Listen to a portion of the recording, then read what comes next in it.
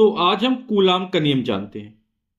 ये जो कूलाम का नियम है वो सन 1785 ईस्वी में फ्रांसीसी वैज्ञानिक कूलाम ने दिया था ना।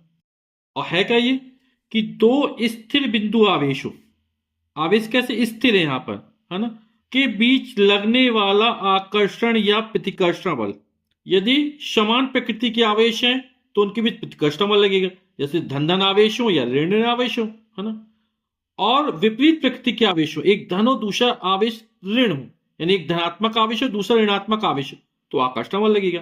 तो दो बिंदुवत आवेशों के बीच लगने वाला आकर्षण या प्रतिकर्षण बल F इन दोनों आवेशों की मात्राओं के गुणनफल के अनुक्रमानुपाती, आवेश Q1 और दूसरा Q2, इनके गुणनफल के अनुक्रमानुपाती, और इनके बीच की दूरी स्मॉल r मान ली तो, और इनके बीच की दूरी के वर्ग के व्युत्क्रमानुपाती होता है। व्युत्क्रमानुपाती बटे में r स्क्वायर चला जाएगा, यानी 1/r², F is proportional to. तो कूलाम का नियम कहता है क्या है कि दो बिंदुवत आवेशों के बीच लगने वाला आकर्षण या प्रतिकर्षण बल इन आवेशों की मात्राओं के गुणनफल के अनुक्रमानुपाती और इनके बीच की जो दूरी r है उसके वर्ग के व्युत्क्रमानुपाती होता है। तो एक अनुक्रमानुपाती संबंध ये हो गया, दूसरा ये हो गया, इन दोनों को मिला देते हैं तो क्या हो जाएगा, F is proportional to Q1 Q2 ऊपर है और बटे में आ जाएगा r²। अब ये अनुक्रमानुपाती संबंध हटेगा और जब ये हटता है तो बराबर में आता है, एक नियतांक आता है। यहां पर नियतांक हमने मान लिया स्मॉल k आया तो हो जाएगा Q1 Q2 अपॉन r²। तो ये k हमारे एक अनुक्रमानुपाती नियतांक है ना। और इसका जो प्रयोगों द्वारा मान निकलता वो निकलता 9 × 10⁹ न्यूटन मीटर स्क्वायर प्रति कूलम स्क्वायर, है ना। या इसको लिख सकते हैं F इक्वल टू, जो k का मान है 1/4πε0, ये k की जगह पर आ गया। यहां पर ये माना गया ये दोनों आवेश जो हैं वो हवा या निर्वात में स्थित है, Q1 Q2 अपॉन r²।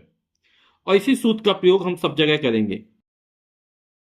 और वायु या निर्वात के लिए इसका मान कितना हो जाएगा, 9 × 10⁹ न्यूटन मीटर स्क्वायर प्रति कूलम स्क्वायर। अब अभी मान लीजिए ये दोनों आवेश का हवा या वायु में स्थित है। अब यह हवा या वायु के स्थान पर कोई परावैद्युत माध्यम आ जाए, और परावैद्युत माध्यम ने मैं कैपिटल K मान लिया, है ना, तब यह हमारा सूत्र थोड़ा चेंज हो जाएगा, थोड़ा बदल जाएगा। अब हवा या वायु के स्थान पर कोई कैपिटल K परावैद्युत माध्यम स्थित हो, यानी आवेश कहां स्थित हो, किसी K माध्यम में स्थित हो, तो F इक्वल टू हो जाएगा, हमारा सूत्र बदल जाएगा, ये हो जाएगा 1/4πε0, और यहां पर है capital K Q1 Q2 upon r²।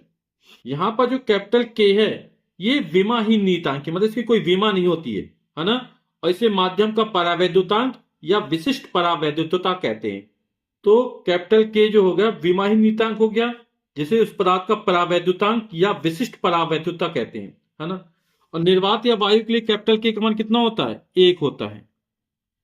कागज के लिए परावैद्युतांक K का मान होता है 2.5,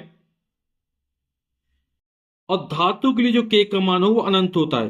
क्यों, क्योंकि धातु के अंदर वैद्युत क्षेत्र क्या होता है, 0 होता है। और पानी के लिए K का मान जो निकलता है वो 80 होता है।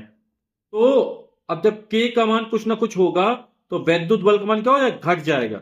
यानी परावैद्युत पदार्थ रख देने पर आवेशों के बीच क्या होता है, बल का मान कम हो जाता है, घट जाता है।